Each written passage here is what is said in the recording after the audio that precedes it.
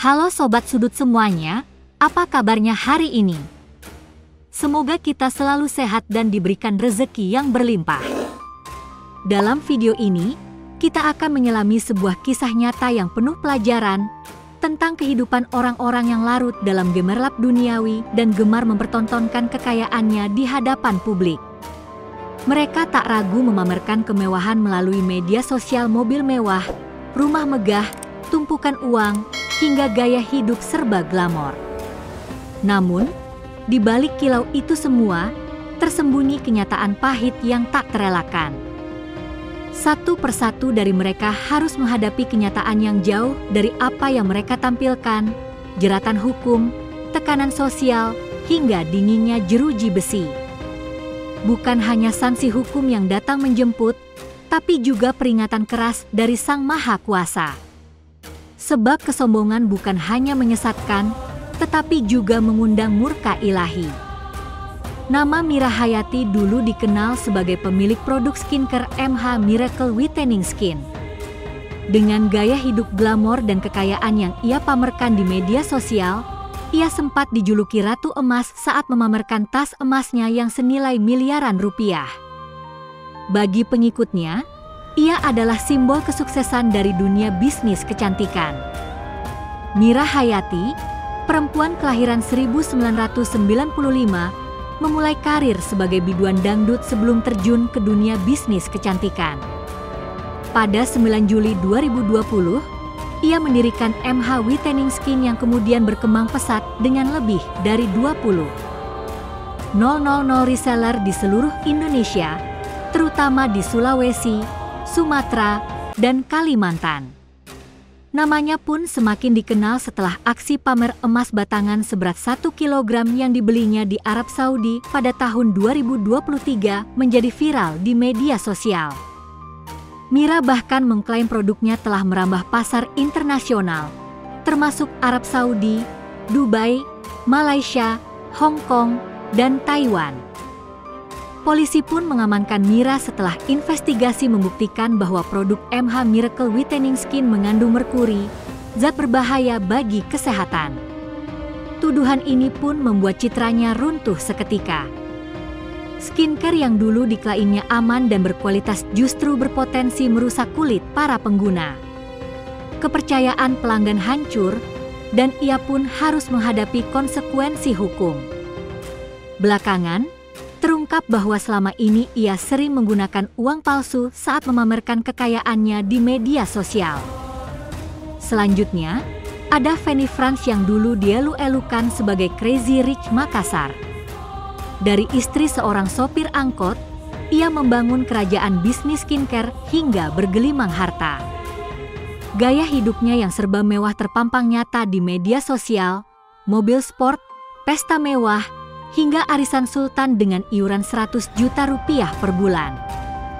Sosoknya pun semakin dikenal saat ia dengan royal menyawar penyanyi terkenal Bunga Citra Lestari dengan uang segepok di ulang tahunnya. Namun, di balik kilauan kekayaannya, kehidupan pribadinya menyimpan luka mendalam. Publik dikejutkan oleh unggahan emosional, suaminya ternyata berselingkuh dengan asisten rumah tangga mereka di dalam rumah mewah yang ia bangun dari hasil kerja kerasnya. Lebih menyakitkan lagi, perselingkuhan ini bukan pertama kali terjadi. Ia mengungkapkan bahwa 12 tahun yang lalu ia pernah mengalami pengkhianatan serupa. Tak hanya urusan hati yang hancur, Fanny juga mengaku mengalami kerugian finansial. Pembantu yang menjadi selingkuhan suaminya diduga mencuri uang 700 juta rupiah darinya. Kisahnya yang begitu dramatis membuat heboh se-Indonesia, mengundang simpati sekaligus cibiran dari publik. Kini, kekayaan yang dulu dipamerkan tak lagi terasa manis. Rumah megahnya menjadi saksi luka, dan kemewahan yang ia tunjukkan di media sosial berubah menjadi ironi. Yang terbaru, Mustadir Daeng Sila, suami dari Fanny Frans, turut terseret dalam kasus peredaran kosmetik ilegal yang mengandung merkuri. Kandungan produk FF Day Cream Glowing dan FF Night Cream Glowing yang beredar berbeda dengan kandungan produk yang didaftarkan melalui BPOM. Keterlibatan Mustadir dalam kasus ini terjadi karena seluruh perizinan usaha terdaftar atas namanya. Selanjutnya ada Agus Salim, sosok di balik produk Ratu Glow yang dulunya dielu-elukan sebagai pengusaha sukses di industri kecantikan hingga dijuluki Raja Glow. Dengan gaya hidup mewah yang sering dipamerkan, ia kerap membagikan momen-momen eksklusif dari perjalanan ke luar negeri dan berkumpul bersama para sosialita. Namun, di balik kesuksesan yang gemerlap, pihak berwenang melakukan uji laboratorium terhadap produk Ratu Glow My Body Slim dan menemukan kandungan bisakodil, zat kimia yang berbahaya jika dikonsumsi tanpa pengawasan medis. Investigasi lebih lanjut mengungkap bahwa produk tersebut diproduksi melalui kerjasama dengan PT Pitomit Neo Pharma. Tetapi Agus sendiri yang meminta penambahan dosis bahan tertentu di luar izin yang disetujui BPOM. Akibatnya, Agus Salim kini harus menghadapi dakwaan di Pengadilan Negeri Makassar atas dugaan memperdagangkan produk tanpa standar dan izin edar. Nomor notifikasi BPOM yang dimiliki juga diduga digunakan untuk produk lain tanpa izin. Dari kehidupan mewah ke ruang sidang, dari perayaan kesuksesan ke tuntutan hukum. Kisah Agus Salim menjadi pelajaran bahwa kejayaan yang dibangun di atas fondasi yang rapuh, cepat atau lambat akan runtuh. Berikutnya ada Wahyu Kenzo yang dikenal sebagai Crazy Rich Surabaya. Dulunya adalah sosok flamboyan yang sering memamerkan kekayaannya. Melalui akun Instagramnya, ia membagikan potret hidup mewah, koleksi mobil sport, perjalanan ke luar negeri, hingga momen bersama pejabat publik. Dengan branding sebagai ahli kripto dan investasi, ia berhasil menarik banyak pengikut yang terinspirasi oleh keberhasilannya. Namun, di balik gemerlapnya kehidupan Wahyu Kenzo, tersimpan praktik bisnis yang berujung petaka. Ia menjalankan robot trading Auto Trade Gold alias ATG yang menjanjikan keuntungan besar bagi para investor. Modusnya sederhana, menawarkan investasi dengan imbal hasil tinggi. Tetapi ketika korban mencoba menarik dana, selalu ada alasan penundaan. Salah satu korban, seorang pengusaha di Malang, mengalami kerugian miliaran rupiah setelah gagal menarik dana dari sistem Wahyu. Penyelidikan polisi mengungkap bahwa Wahyu Kenzo telah menipu lebih dari 25.000 orang dengan total kerugian mencapai 9 triliun rupiah. Tak hanya di Indonesia, korban juga berasal dari berbagai negara. Setelah mangkir dari pemeriksaan, akhirnya ia ditangkap di Surabaya pada 4 Maret 2023 dan langsung ditetapkan sebagai tersangka. Kasus ini bermula dari laporan korban pada September 2022. Meski transaksi sudah berjalan sejak November 2021, salah satu korban, Mai, mentransfer 1,9 miliar rupiah setelah dijanjikan keuntungan besar, namun gagal menarik dana.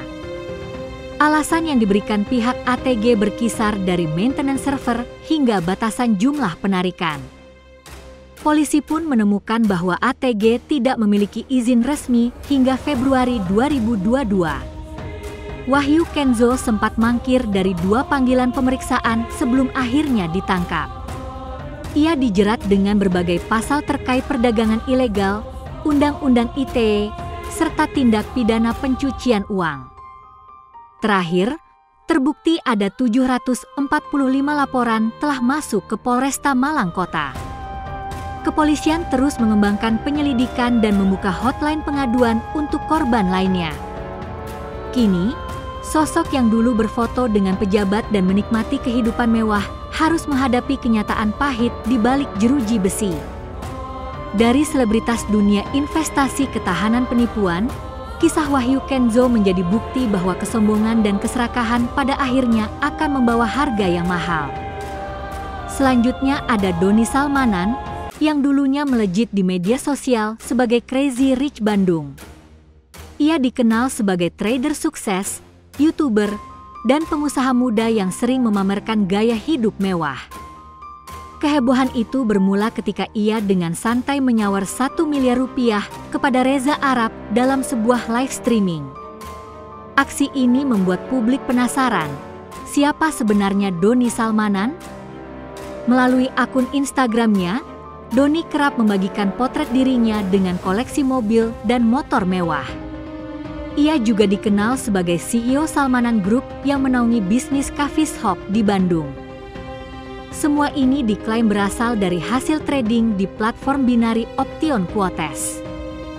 Namun, di balik gemerlap kekayaannya, ada ribuan korban yang merasa tertipu. Bareskrim Polri akhirnya membongkar bisnis Quotes dan menetapkan Doni sebagai tersangka kasus penipuan dan tindak pidana pencucian uang (TPPU). Modusnya adalah menarik orang untuk berinvestasi di platform tersebut, padahal sistemnya diduga hanya permainan yang menguntungkan afiliator. Akibatnya, banyak orang mengalami kerugian besar. Kini, Doni Salmanan harus menghadapi ancaman hingga 20 tahun penjara. Aset-aset yang dulu ia pamerkan disita sebagai barang bukti. Meski sang istri, Dinan Fajrina, tetap setia mendukungnya, dunia yang dulu serba glamor kini berubah menjadi dinding tahanan yang dingin. Kisahnya menjadi pengingat bahwa kekayaan instan bisa berujung pada kehancuran jika diperoleh dengan cara yang salah. Bagaimana menurut sobat? Komen di bawah ya. Dan jangan lupa untuk selalu mendukung kami dengan cara tekan tombol subscribe, like, komen dan share video ini. Salam hangat dari Mimin, terima kasih.